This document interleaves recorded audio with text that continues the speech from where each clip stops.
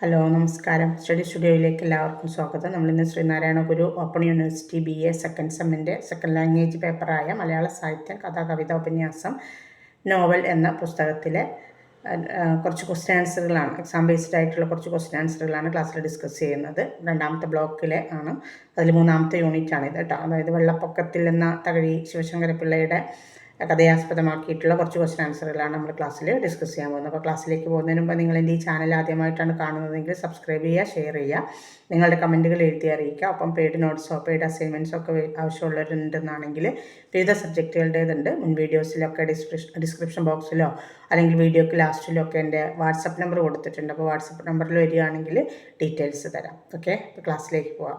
ഇതിന്ന് ഞാൻ വൺ വേർഡിൽ നിൽക്കുന്നില്ല, അതിന് എസ്സേ ഉള്ളതുകൊണ്ട് അതിന് കുറച്ച് സമയമുണ്ട്. വലിയ വീഡിയോ ഒക്കെ ആകുമ്പോൾ നിങ്ങൾക്ക് പഠിക്കാൻ ബുദ്ധിമുട്ടാണെന്നൊക്കെ ഓരോരുത്തർ പറയുന്നതുകൊണ്ടാണ് ക്വസ്റ്റ്യൻ ആൻസർ ആയിട്ടാകുമ്പോൾ അത് ചുരുക്കിയിട്ട് തരുന്നത് കേട്ടോ.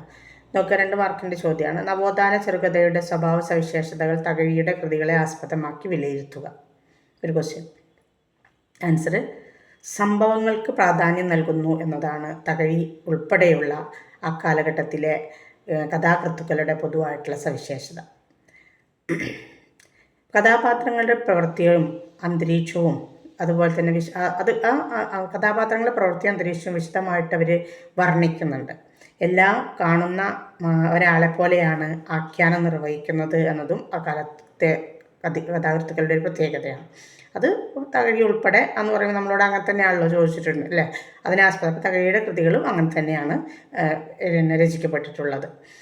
അതുപോലെ തന്നെ മാനവിക മൂല്യങ്ങൾ ഉയർത്തിപ്പിടിക്കുന്ന അല്ലെങ്കിൽ അത് ആ മാനവിക മൂല്യങ്ങൾ ഉയർത്തിപ്പിടിച്ച രചനകളിലൂടെയാണ് തകഴി മനുഷ്യവിരുദ്ധമായ വ്യവസ്ഥയ്ക്കെതിരെ കലാപം നടത്തുകയും ചൂഷണങ്ങൾ അല്ലെങ്കിൽ ചൂഷണ വിധേയമായ ദൈന്യം നിറഞ്ഞ ജീവിതങ്ങളെ തെളിമയോടെ പകർത്തിവെച്ച് അടിസ്ഥാന വർഗത്തിൻ്റെ ആത്മരോഷണത്തിന് അല്ലെങ്കിൽ അടിസ്ഥാന വർഗത്തിൻ്റെ വ്യതകൾക്ക് ശബ്ദം നൽകുകയും ചെയ്തിട്ടുള്ളത്. സാമൂഹ്യ നവോത്ഥാനം നടന്നുകൊണ്ടിരുന്ന കാലഘട്ടത്തിലാണ് തകഴി കഥകൾ എഴുതി തുടങ്ങിയത്.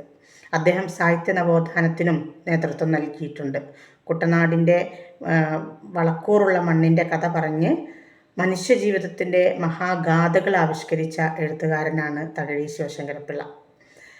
കർഷകരുടെയും തൊഴിലാളികളുടെയും മറ്റു അരികുവൽക്കരിക്കപ്പെട്ട ആളുകളുടെയൊക്കെ അല്ലെങ്കിൽ അങ്ങനെയുള്ള വിഭാഗങ്ങളുടെയൊക്കെ ജീവിതത്തെ സാഹിത്യത്തിൻ്റെ കേന്ദ്രസ്ഥാനത്തേക്ക് കൊണ്ടുവന്ന ഒരു എഴുത്തുകാരൻ കൂടിയാണ് തകഴി ശിവശങ്കരപിള്ള. ഇത്രയാണ് അതിൽ നമ്മൾ ആൻസറായിട്ട് കൊടുക്കേണ്ടത്.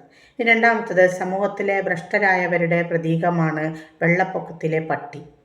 ചെറുകഥയെ മുൻനിർത്തി കുറിപ്പ് തയ്യാറാക്കുക അല്ലെങ്കിൽ കുറിപ്പ് എഴുതുക എന്നാണ്. ആൻസർ: നിസ്വാർത്ഥമായ യജമാന ഭക്തിയും നന്ദിയും തിരിച്ചറിയാതെ ഉടമസ്ഥൻ വളർത്തുമൃഗത്തെ ഉപേക്ഷിച്ച് സ്വന്തം കാര്യം സുരക്ഷിതമാക്കുകയാണ് കഥയിൽ. അത്തരത്തിൽ വെള്ളപ്പൊക്കത്തിൽ ഒറ്റപ്പെട്ടു പോയ നായ നേരിടുന്ന ദയനീയമായ അവസ്ഥ ചിത്രീകരിച്ചുകൊണ്ട് പാപ്പരായ മനുഷ്യരുടെ കഥയാണ് തകഴി ശിവശങ്കരപിള്ള വെള്ളപ്പൊക്കത്തിൽ പറയുന്നത്. വെള്ളപ്പൊക്കത്തെ തുടർന്ന് പ്രാണരക്ഷാർത്ഥം കുടിലുറ്റിറങ്ങുന്ന ചേന്നപ്പറയന് വളർത്തുനായയെ കൂടെ വള്ളത്തിൽ കയറ്റാൻ അല്ലെങ്കിൽ കയറ്റിക്കൊണ്ടുപോകാൻ കഴിഞ്ഞില്ല. അതിനുശേഷമുള്ള പട്ടിയുടെ സംഭ്രമാവസ്ഥകളും വികാരപ്രകടനങ്ങളുമാണ് കഥാതന്തു. സ്വന്തം കാര്യം മാത്രം നോക്കുന്ന സ്വാർത്ഥരായ മനുഷ്യരുടെ കഥ പറയുമ്പോൾ കഥയിലെ പട്ടി ഭ്രഷ്ടരായവരുടെ ഒരു പ്രതീകമായിട്ട് മാറുകയാണ്. ഇത്രയാണ് ആൻസർ കൊടുക്കുക കേട്ടോ. ഇനി 5 മാർക്കിൻ്റെ ക്വസ്റ്റ്യൻ. മനുഷ്യരെക്കാൾ മനുഷ്യത്വം കാണിക്കുന്ന നായയിലൂടെ പ്രകൃതി ദുരന്തമായ വെള്ളപ്പൊക്കത്തെ കഥാകാരൻ ആവിഷ്കരിക്കുന്നത് എങ്ങനെ? വിശകലനം ചെയ്യുക. അതാണ് ചോദ്യം. ആൻസർ: ചേന്നപ്പറയനും കുടുംബവും വെള്ളപ്പൊക്കം വന്ന് വീട് വെള്ളം കയറിയപ്പോൾ വടക്ക് നിന്ന് വന്ന വള്ളക്കാരുടെ സഹായത്തോടെ അല്ലെങ്കിൽ അവരുടെ സഹായത്താൽ രക്ഷപ്പെടുന്നു. എന്നാൽ തൻ്റെ വളർത്തുനായയെ ആ വള്ളത്തിൽ കയറ്റാൻ പറയന് കഴിയുന്നില്ല. ഏത് നിമിഷവും വെള്ളത്തിൽ ഒഴുകിപ്പോകാവുന്ന ആ പുരയിൽ ഒറ്റപ്പെട്ട പട്ടി അവിടെയും ഇവിടെയും നടന്ന് പലതും മണത്തു നോക്കുകയാണ്. അപ്പോഴും പട്ടി യജമാനനെ പ്രതീക്ഷിക്കുന്നുണ്ട്. അത് ആ പ്രതീക്ഷയോട് കൂടിയിട്ടാണ് അത് അവിടെയും ഇവിടെയൊക്കെ മണത്തു നോക്കുന്നത്. അപ്പോൾ താമസക്കാരില്ലാത്ത കുടിലുകൾ പലതും വെള്ളത്തിൽ മുങ്ങിപ്പോയി. വെള്ളം പോയി കഴിഞ്ഞപ്പോൾ പട്ടി കൂരയ്ക്ക് മുന്നിൽ വന്ന് മുകളിൽ കയറി നിന്നുകൊണ്ട് നിസ്സഹായനായിട്ട് ചില ദീനശബ്ദങ്ങൾ മുഴക്കിക്കൊണ്ടിരിക്കുന്നു. പുരയുടെ 4 ചുറ്റും ഓടി നടന്ന് മണപ്പിച്ച് നോക്കുകയും വിശന്നു തളർന്ന ദീനമായിട്ട് മൂളുകയും കുറേ കഴിയുമ്പോൾ ഞരങ്ങുകയും ചെയ്തുകൊണ്ട് അത് ഒരു ഭാഗത്ത് ഇരിക്കുന്നു. അതിൻ്റെ ഭയാനകമായ കരച്ചിൽ കായലിൽ അലിഞ്ഞു ചേർന്നു എന്നും കഥാകൃത്ത് പറയുന്നുണ്ട്. വളരെ കാലം സ്നേഹിക്കുകയും സേവിക്കുകയും ചെയ്ത നായക്ക് ഒരാപത്ത് വന്നപ്പോൾ ഉപേക്ഷിച്ച യജമാനനെ ഇനി ഒരിക്കലും സ്നേഹിക്കുകയില്ല എന്ന് നായ പറയുന്നുണ്ടാകും എന്നും കഥാകൃത്ത് ചിന്തിക്കുന്നുണ്ട്. മനുഷ്യൻ്റെ നന്ദികേടാണ് ഇവിടെ കാട്ടിത്തരുന്നത്, ഈ കഥയിലൂടെ നമുക്ക് കാട്ടിത്തരുന്നത്. ഇതിനിടയിൽ അകലെ കൂടെ ഒരു വള്ളം പോകുന്നത് കണ്ട് അവൻ വാലാട്ടുകയും ശബ്ദമുണ്ടാക്കുകയും ചെയ്തു. ഇവിടെ മനസ്സിലാക്കേണ്ടതാണ്, വള്ളത്തിൽ കയറി പോകുന്നത് ആര് കണ്ടിട്ടുണ്ട്? നായ കണ്ടിട്ടുണ്ടായിരിക്കണം. പ്രാണവെപ്രാളത്തോടെ നിരന്തരം മോങ്ങി തൻ്റെ നിസ്സഹായാവസ്ഥ അറിയിക്കാൻ ശ്രമിച്ചുകൊണ്ടിരിക്കുകയായിരുന്നു ആ നായ.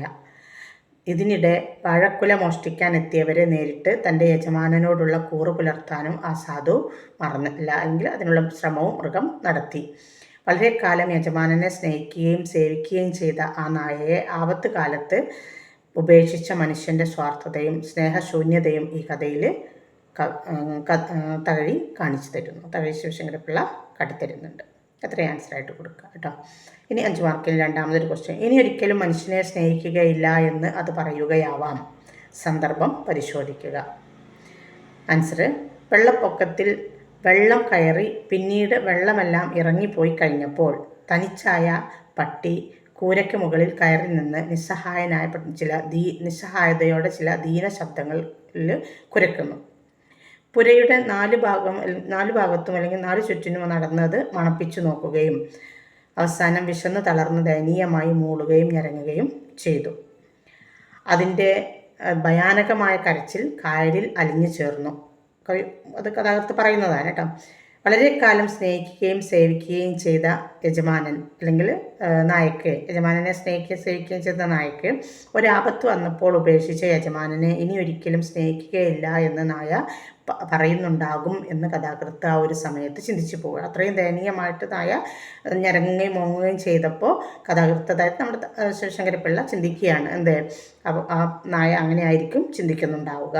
വളരെ കാലം യജമാനനെ സ്നേഹിക്കുകയും സേവിക്കുകയും ചെയ്ത ആ നായയെ ആപത്ത് കാലത്ത് ഉപേക്ഷിച്ച മനുഷ്യൻ്റെ സ്വാർത്ഥതയും സ്നേഹശൂന്യതയും ഈ കഥയിലൂടെ കാട്ടിത്തരുന്നു.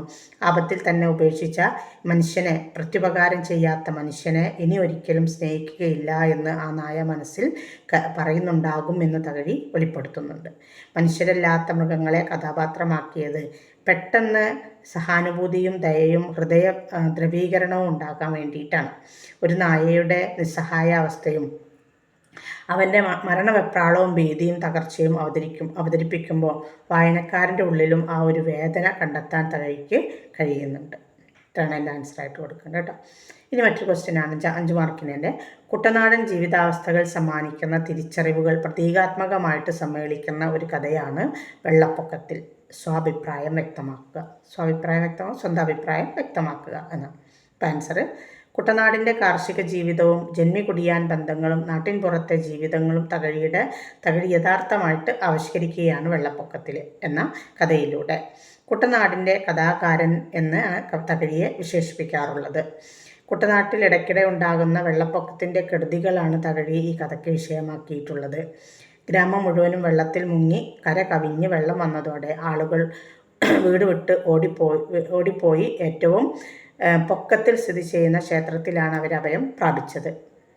ജീവഭയമുണ്ടായപ്പോൾ പകയും വിരോധവുമെല്ലാം മറന്ന് ജാതിഭേദമന്യേ മനുഷ്യരും ജന്തുക്കളും പക്ഷികളുമൊക്കെ അവിടെ ഒത്തൊരുമയോടുകൂടി കഴിയുന്നതായിട്ട് കഥാകൃത്ത് പറയുന്നു.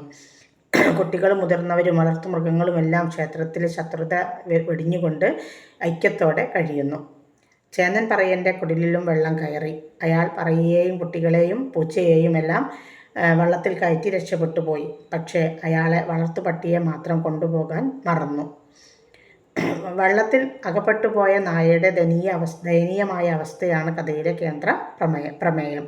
നാട്ടിലെ ഏറ്റവും പൊക്കം കൂടിയ സ്ഥലത്തുള്ള ദേവൻ്റെ വിഗ്രഹം വെള്ളത്തിൽ ആഴ്ന്നിരിക്കുന്ന ഒരവസ്ഥ, വെള്ളപ്പൊക്കത്തിനിരയായ പട്ടിയുടെ അനുഭവങ്ങൾ, അതുപോലെ യജമാന ഭക്തി, മരണം എന്നിവയാണ് കഥയ്ക്ക് സവിശേഷത നൽകുന്നത്.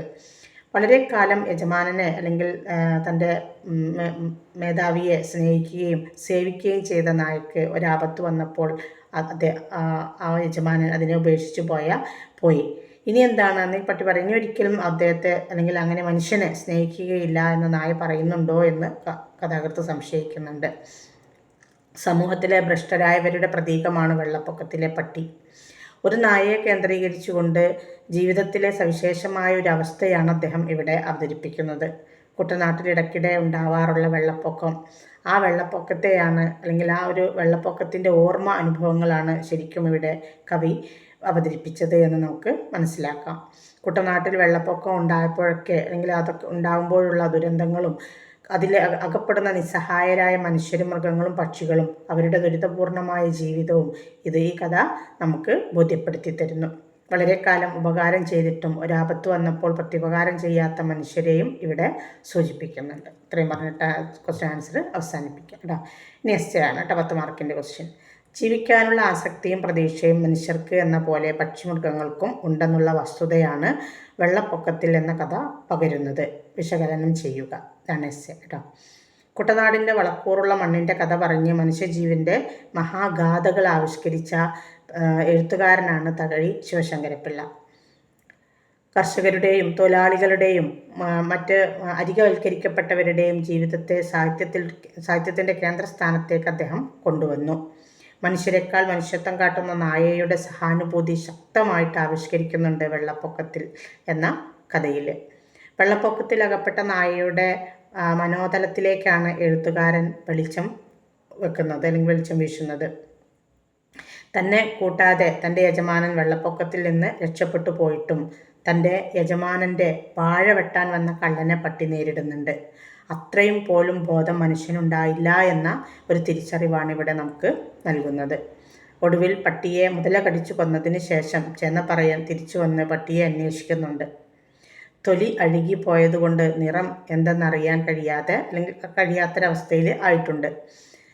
ഇത് തൻ്റെ പട്ടിയാണോ എന്ന് തന്നെ ചെന്നപ്പറയന് സംശയമായിരുന്നു. അപ്പോൾ ഇങ്ങനെ ഒരു നായയെ കേന്ദ്രീകരിച്ചുകൊണ്ട് ജീവിതത്തിലെ സവിശേഷമായൊരവസ്ഥയെ ആവിഷ്കരിക്കുകയായിരുന്നു കഥാകൃത്ത് ചെയ്തത്. തൻ്റെ കുടുംബത്തെയും മറ്റും വള്ളത്തിൽ കയറ്റി രക്ഷപ്പെട്ട ചേതപ്പറയൻ ഒരു കഥാപാത്രം മാത്രമാണ്. അതുപോലെ നമ്മുടെ നാട്ടിലും സംഭവിച്ചു കൊണ്ടിരിക്കുന്നത് അതുതന്നെയാണ്. കൊണ്ടുപോകുമ്പോൾ രക്ഷപ്പെടുമ്പോൾ പക്ഷിമൃഗാദികൾക്കും ഈ ഭൂമിയിൽ ജീവിക്കാനുള്ള ആസക്തിയും പ്രതീക്ഷയുമുണ്ടെന്ന് ഓർക്കണം. വെള്ളത്തിലൂടെ ഓരോന്ന് ഒഴുകി വരുമ്പോഴും ആ നായ ശ്രദ്ധിക്കുന്നുണ്ട്. എന്താ ശ്രദ്ധിക്കുന്നത്? തൻ്റെ യജമാനനെ കണ്ടുമുട്ടുമോ എന്നായിരിക്കാം ഒരു പക്ഷേ അത് ശങ്കിക്കുന്നത് എന്ന് കഥാകൃത്ത് പറയുന്നു. മനുഷ്യൻ്റെ നന്ദികേടാണ് ഈ കഥയിലൂടെ കാട്ടിത്തരുന്നത്. ദയനീയമായി ഓടി നടക്കുന്നതിനിടയിൽ അകലെ കൂടെ ഒരു വള്ളം പോകുന്നത് നായ കണ്ടപ്പോൾ നായ എന്ത് ചെയ്തു? നായ വാലാട്ടുകയും ശബ്ദമുണ്ടാക്കുകയും ചെയ്യുന്നു. തൻ്റെ എല്ലാ കാര്യങ്ങളും വിജയമായി എന്ന് ഉറപ്പായതിന് ശേഷം മാത്രമാണ് യജമാനൻ പട്ടിയെക്കുറിച്ച് ഓർമ്മിച്ചത്. അതായത് നിസ്വാർത്ഥമായ യജമാന ഭക്തിയും നന്ദിയും തിരിച്ചറിയാതെ ഉടമസ്ഥൻ വളർത്തുമൃഗത്തെ ഉപേക്ഷിച്ച് സ്വന്തം കാര്യം സുരക്ഷിതമാക്കുകയാണ് ഇവിടെ ചെയ്തിട്ടുള്ളത്. ഇത്രയാണ് ആ ഒരു യൂണിറ്റ് നമുക്ക് പ്രതീക്ഷിക്കുന്ന ക്വസ്റ്റ്യൻസ് കേട്ടോ. ഇത്ര വരുമ്പോൾ തന്നെ ഏകദേശം ആ യൂണിറ്റിൻ്റെ എല്ലാ ഭാഗവും കവർ ചെയ്യുന്നുണ്ട്. ഓക്കെ, നന്നായിട്ട് പഠിക്കുക. താങ്ക്സ്.